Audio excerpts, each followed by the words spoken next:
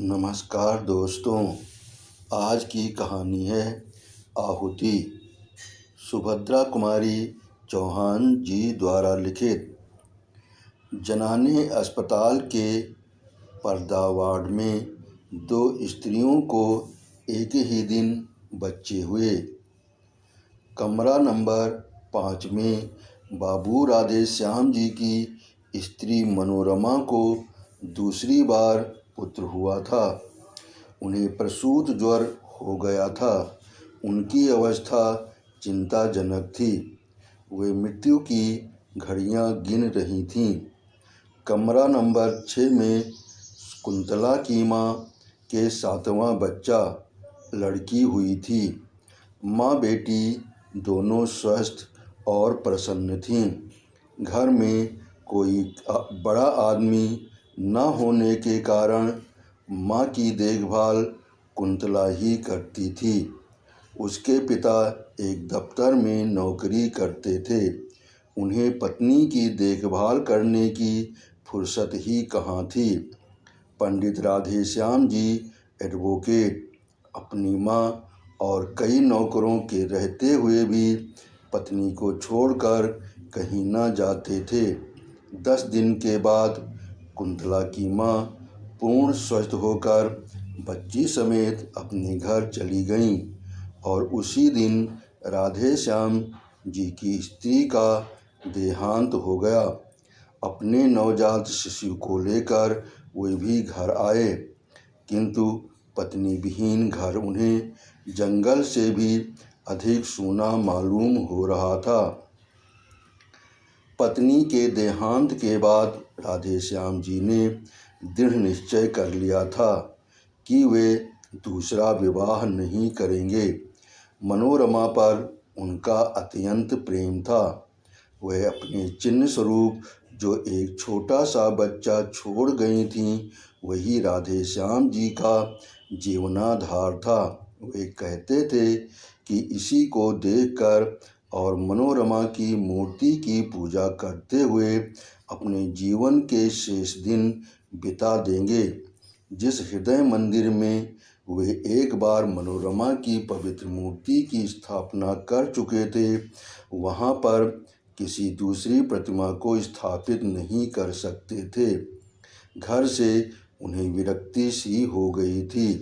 भीतर वे बहुत कम आते, अधिकतर बाहर बैठक में ही रहा करते। घर में आते ही वहाँ की एक एक वस्तु उन्हें मनोरमा की स्मृति दिलाती। उनका हृदय विचलित हो जाता। जिस कमरे में मनोरमा रहा करती थी, उसमें सदा ताला पड़ा रहता। उस कमरे में वे उस दिन भी कभी न गए थे जिस दिन से मनोरमा वहाँ से निकली थी। जीवन से उन्हें वैराग्य सा हो गया था। आने जाने वालों को वे संसार की असारता और शरीर की नश्वरता पर लेक्चर दिया करते। कचहरी जाते वहाँ भी जी न लगता। जिन लोगों से 50 रुपया फीस लेनी होती, उनका काम 25 में ही कर देते। गरीबों के मुकदमों में वे बिना फीस के ही खड़े हो जाते। सोचते, रुपये के पीछे हाय हाय करके करना ही क्या है, किसी तरह जीवन तो ढकेल ले जाना है। तात्पर्य यह कि जीवन में उन्हें कोई रुचि ही न रह गई थी। दूसरे विवाह की बात आते ही उनकी गंभीर मुद्रा को देखकर किसी को अधिक कहने सुनने का साहस ही न होता। अतएव सभी ये समझ चुके थे कि राधे श्याम जी अब दूसरा विवाह न करेंगे। उनकी माता ने भी उनसे अनेक बार दूसरे विवाह के लिए कहा, किंतु वे टस से मस न हुए। अंत में वे अपनी इस इच्छा को साथ ही लिए हुए इस लोक से विदा हो गईं। इसके कुछ ही दिन बाद राधे श्याम जी जब एक दिन अपनी बैठक में कुछ मित्रों के साथ बैठे थे और बाहर उनका लड़का हरिहर नौकर के साथ खेल रहा था, सामने से एक तांगा निकला। न जाने कैसे तांगे का एक पहिया निकल गया और तांगा कुछ दूर तक घिसकता हुआ चला गया। एक 7-8 साल का बालक तांगे पर से गिर पड़ा और एक बालिका जो कदाचित उसकी बड़ी बहन थी, गिरते गिरते बचकर दूसरी तरफ खड़ी हो गई। चालक को अधिक चोट आई थी। बालिका ने मृग शावक की तरह घबराए हुए अपनी 2 सुंदर नेत्र चंचल गति से सहायता के लिए चारों ओर फेरे और फिर अपने भाई को उठाने लगी। राधे श्याम जी ने देखा और दौड़ पड़े। बालक को उठाकर झाड़ने पोंछने लगे। राधे श्याम के एक मित्र जगमोहन, जो राधे श्याम के साथ ही दौड़कर बाहर आए थे, बालिका को संबोधन करके बोले, कहाँ जा रही थी कुंतला? मौसी के घर जनेऊ है, वहीं अम्मा के पास जा रही थी, कुंतला ने शर्माते हुए कहा। कुंतला को देखते ही राधे श्याम जी की एक सोई हुई स्मृति जाग सी उठी।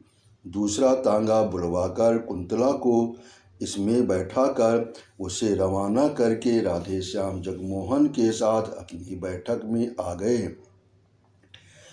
एक दिन बात ही बात में राधे श्याम ने जगमोहन से पूछा, भाई, वह किसकी लड़की थी जो उस दिन तांगे पर से गिर पड़ी थी? जगमोहन ने बतलाया कि वह पंडित नंदकिशोर तिवारी की कन्या है। पढ़ी लिखी, गृह कार्य में कुशल और सुंदर होने पर भी धनाभाव के कारण वो अभी तक कुंवारी है। बेचारे तिवारी जी 50 माहवार पर एक ऑफिस में नौकर हैं। बड़ा परिवार है। 50 में तो खाने पहनने को भी मुश्किल से पूरा पड़ता होगा। फिर लड़की के विवाह के लिए 2-3 हजार रुपये कहाँ से लावें? कानकुब्जों में तो बिना बेहरोनी के कोई बात ही नहीं करता। कष्ट में हैं बेचारे। लड़की सयानी है, पढ़ा लिखा कर किसी मूर्ख के गले भी तो नहीं बांधते बनता। एक बार तिवारी जी पर उपकार करने की सद्भावना से राधे श्याम जी का हृदय आतुर हो उठा, किंतु तुरंत ही मनोरमा की स्मृति ने उन्हें सचेत कर दिया। तिवारी जी पर उपकार करना मनोरमा को हृदय से भुला देना था। राधे श्याम को जैसे कोई भूली बात याद आ गई हो। वे अपने आप ही सिर हिलाते हुए बोले उठे, नहीं, ये कभी नहीं हो सकता। राधे श्याम के हृदय की हलचल को जगमोहन ने ताड़ लिया। वार करने का उन्होंने यही उपयुक्त अवसर समझा। संभव है निशाना ठीक पड़े। जगमोहन, तुम क्या कहते हो राधे श्याम? है ना लड़की बड़ी सुंदर, पर बेचारी को कोई योग्य वर नहीं मिलता। अगर तुम इससे विवाह कर लो तो कैसा रहे? राधे श्याम उदासीनता से बोले, भाई, लड़की सुंदर तो जरूर है, पर मैंने तो विवाह न करने की प्रतिज्ञा कर ली है। जगमोहन उत्साह भरे शब्दों में बोले, अरे छोड़ो भी, ऐसी प्रतिज्ञा तो पत्नी के देहांत के बाद सभी कर लेते हैं। उसके माने ये थोड़े है कि फिर कोई विवाह करता ही नहीं। अरे भाई, जन्म और मृत्यु जीवन में लगा ही रहता है। संसार में जो पैदा हुआ है वो मरेगा, जो मरा है फिर आएगा। रंज किसे नहीं होता, किंतु उस रंज के पीछे बैरागी थोड़े बन जाना पड़ता है। और फिर अभी तुम्हारी उम्र ही क्या है? यही ना 35-36 साल की। बस जीवन भर तपस्या करने की बात है। बिना स्त्री के घर जंगल से भी बुरा रहता है। ब्रजेश की माँ 4 के दिनों के लिए मैके चली जाती हैं तो घर जैसे काट खाने दौड़ता है। राधे श्याम बोले, ये कोई बात नहीं जगमोहन, घर से तो कुछ मुझे मतलब नहीं है। जिस दिन मनोरमा का देहांत हुआ, मेरे लिए घर घर ही नहीं रह गया। बात इतनी है कि बच्चे की देखभाल करने वाला अब कोई नहीं है। अम्मा थीं, तब तक तो कोई बात ना थी, पर अब बच्चे की कुछ भी देखभाल नहीं होती। नौकरों पर बच्चे को छोड़ देना उचित नहीं, और मैं कितनी देखभाल कर सकता हूँ, तुम ही सोचो। परिणाम ये हुआ कि बच्चा दिनों दिन कमज़ोर होता जा रहा है। राधेश्याम का विवाह कुंतला के साथ हो गया। उनकी उजड़ी हुई गृहस्थी में बहार आ गई। मनोरमा के बंद कमरे का ताला खोलकर उनके चित्रों पर हल्की रंगीन जाजिम का पर्दा डाल दिया गया। उस घर में फिर से नूपुर की मधुर ध्वनि सुनाई पड़ने लगी। चतुर गृहिणी का हाथ लगते ही घर भी स्वर्ग हो गया। कुंतला की कार्यकुशलता और बुद्धि की कुशाग्रता पर राधेश्याम मुग्ध थे। कुंतला के प्रेम के प्रकाश से उनका हृदय आलोकित हो उठा। अब वहाँ पर मनोरमा की धुंधली स्मृति के लिए भी स्थान न था। वे पूर्ण सुखी थे। राधेश्याम जी ने दूसरा विवाह किया था, संभवतः हरिहर की देखभाल के लिए ही, किंतु इस समय कुंतला को हरिहर से अधिक राधेश्याम की देखभाल करनी पड़ती थी। उनकी देखभाल से ही वो परेशान हो जाती, इतनी थक जाती कि उसे हरिहर की तरफ आंख उठाकर देखने का भी अवसर न मिलता। कुंतला के असाधारण रूप और यौवन ने तथा राधेश्याम की ढलती अवस्था ने उन्हें आवश्यकता से अधिक असावधान बना दिया था। बुरा भला कैसा भी काम हो, सबकी एक सीमा होती है। राधेश्याम के इस अनाचार से कुंतला को जो मानसिक वेदना होती सो तो थी ही, इसका प्रभाव उसके स्वास्थ्य पर भी पड़े बिना न रहा। कुंदन की तरह उसका चमकता हुआ रंग पीला पड़ गया, आंखें निस्तेज हो गईं। 6 महीने की बीमार मालूम होती, वैसे ही वो स्वभाव से सुकुमार थी। अब चलने में उसके पैर कांपते, सदा हाथ पैर में दर्द बना रहता, जी सदा ही अलसाया रहता। खाट पर लेट जाती तो उठने की हिम्मत न पड़ती। कुंतला की इस अवस्था से राधेश्याम अनभिज्ञ हों सो बात न थी, उन्हें सब मालूम था। कभी कभी ग्लानि और पश्चाताप उन्हें भले ही होता, किंतु लाचार थे। कहते हैं, ढलती उम्र का विवाह और दूसरे विवाह की सुंदर स्त्री मनुष्य को पागल बना देती है। था भी कुछ ऐसा ही।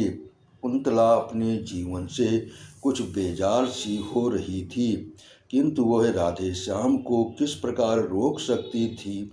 वह तो उनकी विवाहिता ठहरी। 7 भांवरे फिर लेने के बाद घनश्याम को उसके शरीर पर पूरी मोनोपोली सी मिल चुकी थी। इधर कुछ दिनों से शहर में एक स्त्री समाज की स्थापना हुई थी। एक दिन उसकी कार्यकारिणी की कुछ महिलाएं आकर कुंतला को निमंत्रण दे गईं। कुंतला ने सोचा, अच्छा ही है, घंटे 2 घंटे घर से बाहर रहकर अपने इस जीवन के अतिरिक्त भी देखने और सोचने समझने का अवसर मिलेगा। उसने निमंत्रण स्वीकार कर लिया। वहाँ गई भी। वहाँ जितनी स्त्रियों ने भाषण पढ़े या दिए, कुंतला ने सुने। उसने सोचा, वह इन सब से अधिक अच्छा लिख सकती है और बोल सकती है। घर आकर उसने भी एक लेख लिखा। विषय था, भारत की वर्तमान सामाजिक अवस्था में स्त्रियों का स्थान।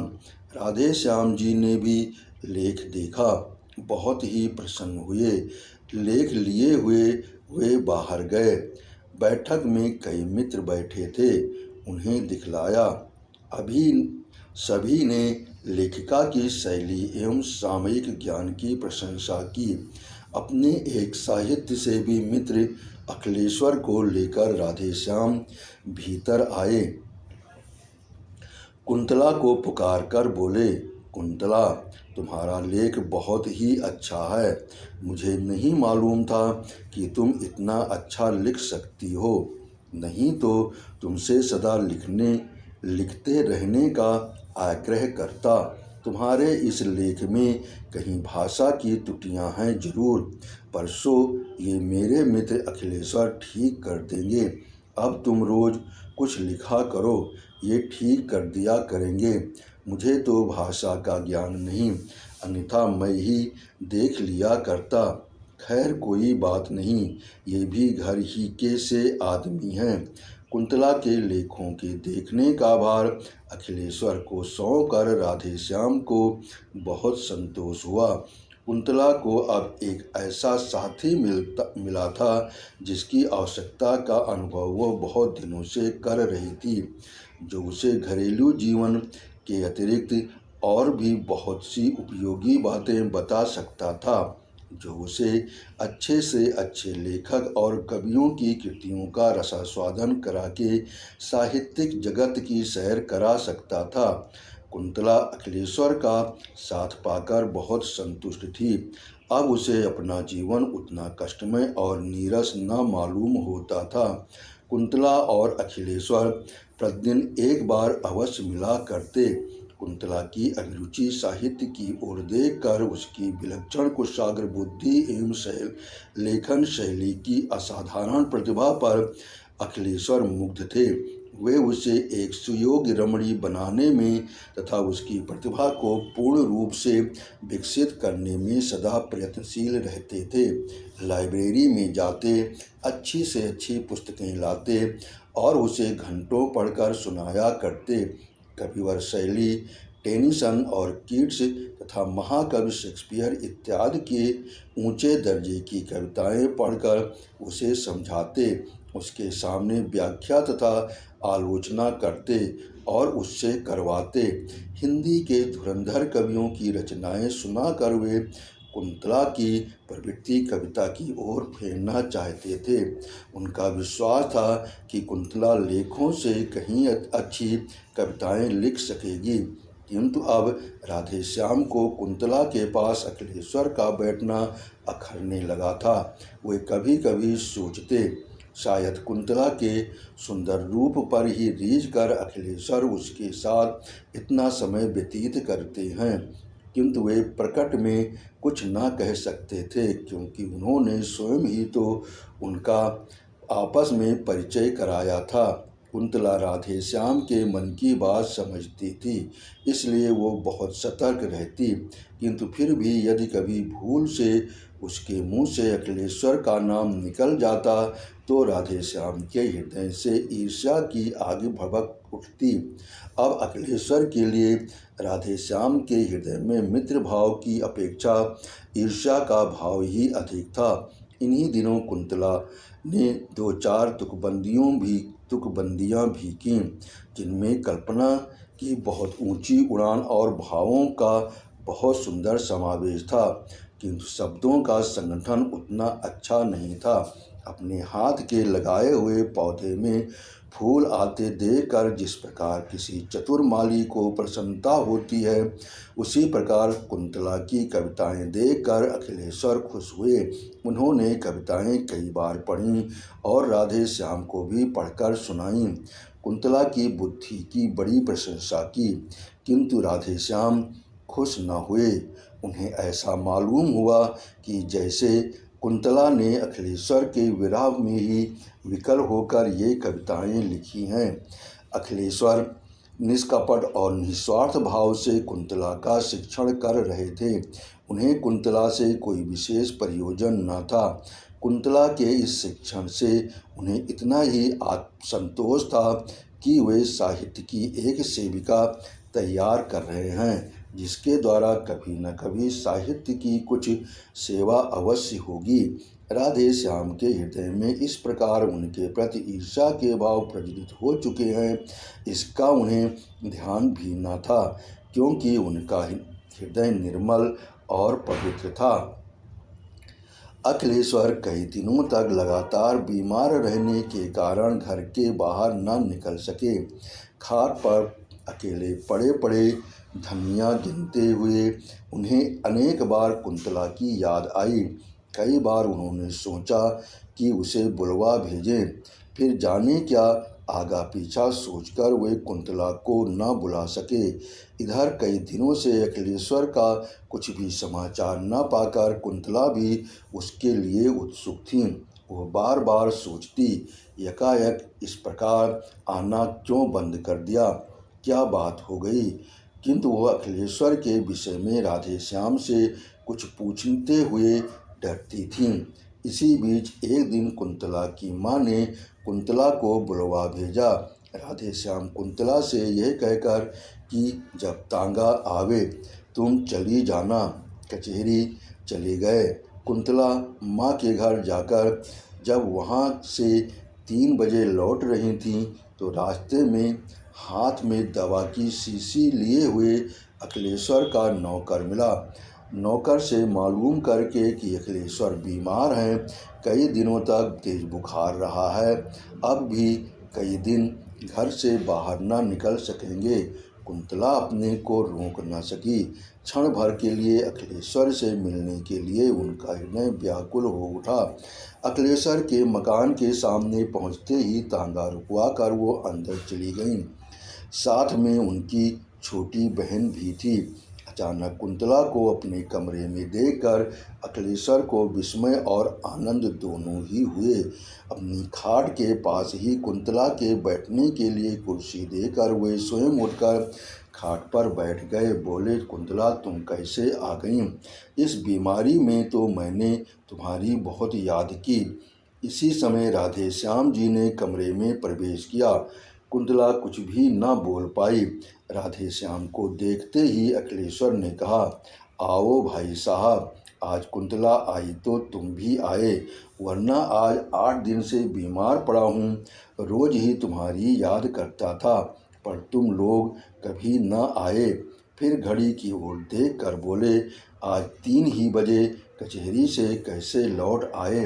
राधे श्याम ने रुखाई से उत्तर दिया, कोई काम नहीं था इसीलिए चला आया। फिर पत्नी की ओर मुड़कर बोले, चलो चलते हैं, मैं तो जाता हूँ। अखिलेश्वर ने बहुत रोकना चाहा पर वे न रुके, चले ही गए। उनके पीछे पीछे कुंतला भी चली। जाते जाते उसने अखिलेश्वर पर एक ऐसी मार्मिक दृष्टि डाली जिसमें न जाने कितना करुण, कितनी विवशता, कितनी कातरता और कितनी दीनता थी। कुंतला चली गई, किंतु उसका इस करुण दृष्टि से अखिलेश्वर की आंखें खुल गईं। राधे श्याम के आंतरिक भावों को वे समझ सके। घर पहुंचकर कुंतला कुछ न बोली, वे चौके में चली गई।